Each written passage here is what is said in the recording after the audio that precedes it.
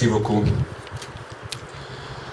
Mesdames et messieurs les élus, mesdames et messieurs les représentants de la gendarmerie et des sapeurs-pompiers du Luc, mesdames et messieurs les représentants des associations patriotiques, mesdames et messieurs, mes chers amis, nous sommes réunis aujourd'hui afin de rendre hommage aux victimes du terrorisme.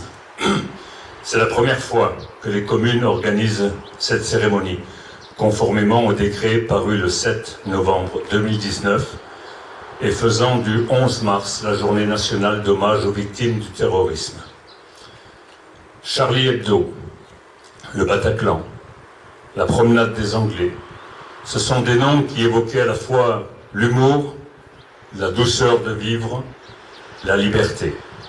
Depuis ces attentats successifs de janvier et de novembre 2015, ainsi que ceux de juillet 2016, ces lieux évoquent, hélas, la terreur et la tristesse.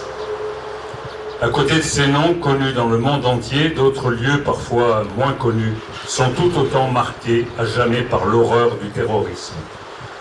Magnanville et le couple de policiers lâchement assassinés. Saint-Étienne de Rouvray et le prêtre Jacques Hamel, sauvagement égorgé dans son église. Les quais de la gare Saint-Charles à Marseille, avec le meurtre ignoble de deux jeunes filles, Laura et Maurane. Il y en aura encore beaucoup, il y aurait beaucoup de noms à citer, mais je préfère m'arrêter là. Ce décompte macabre et chaque fois très douloureux à prononcer, et pourtant, il faut que le monde sache.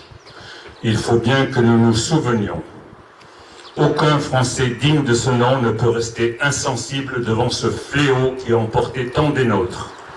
En ce jour, j'ai une pensée toute particulière pour Madame Sophie Borja, qui habitait au Luc à l'époque de l'attentat de Nice et qui a perdu sa fille Rémédios, 25 ans, et son petit-fils Joseph, 7 ans. J'ai également une pensée toute particulière pour Monsieur Léon Borgia, le frère de Sophie Borgia, que je remercie d'être présent parmi nous aujourd'hui. En tant que Lucois, je tiens à lui apporter mon soutien le plus total et notre profonde compassion. Depuis 1945, la France a connu des actes terroristes de façon ponctuelle. Depuis 2015, ces actes, qui ne sont rien d'autre que des actes de guerre, se font de plus en plus fréquents. Je souhaite ardemment, nous souhaitons tous, que ces effusions de sang s'arrêtent.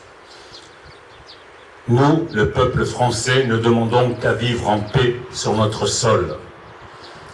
J'exhorte nos dirigeants à prendre les mesures les plus énergiques pour éradiquer ce fléau sur notre sol comme à l'étranger. Je saisis cette occasion pour rendre hommage à l'ensemble de nos forces armées engagées aussi bien sur le territoire national qu'à l'étranger. Ces femmes et ces hommes combattent pour notre liberté. Nous ne les voyons pas. Souvent, nous entendons parler d'eux lorsqu'ils font l'objet d'attaques, ou pire, lorsqu'ils sont décédés. Pourtant, ils déjouent tous les jours des attaques d'ampleur en mettant hors d'état de nuire un certain nombre de terroristes. Car ce qui se fermente à l'étranger a inévitablement des répercussions en France un jour ou l'autre. Certains terroristes ont fait le tour de France, voire le tour d'Europe, avant ou après avoir commis leurs actes abjects. Cela nous rappelle l'urgence nécessité de retrouver nos frontières nationales. Nous n'avons plus de frontières extérieures, mais nous devons ériger des frontières intérieures. Des bornes escamotables, des blocs de béton, des fouilles systématiques ou autres fan zones. En attendant, notre devoir est de nous souvenir de toutes ces personnes qui ont été lâchement assassinées au nom de la haine et d'une idéologie obscurantiste. Voilà, mesdames et messieurs, je vous remercie de votre attention. Vive la République et vive notre France.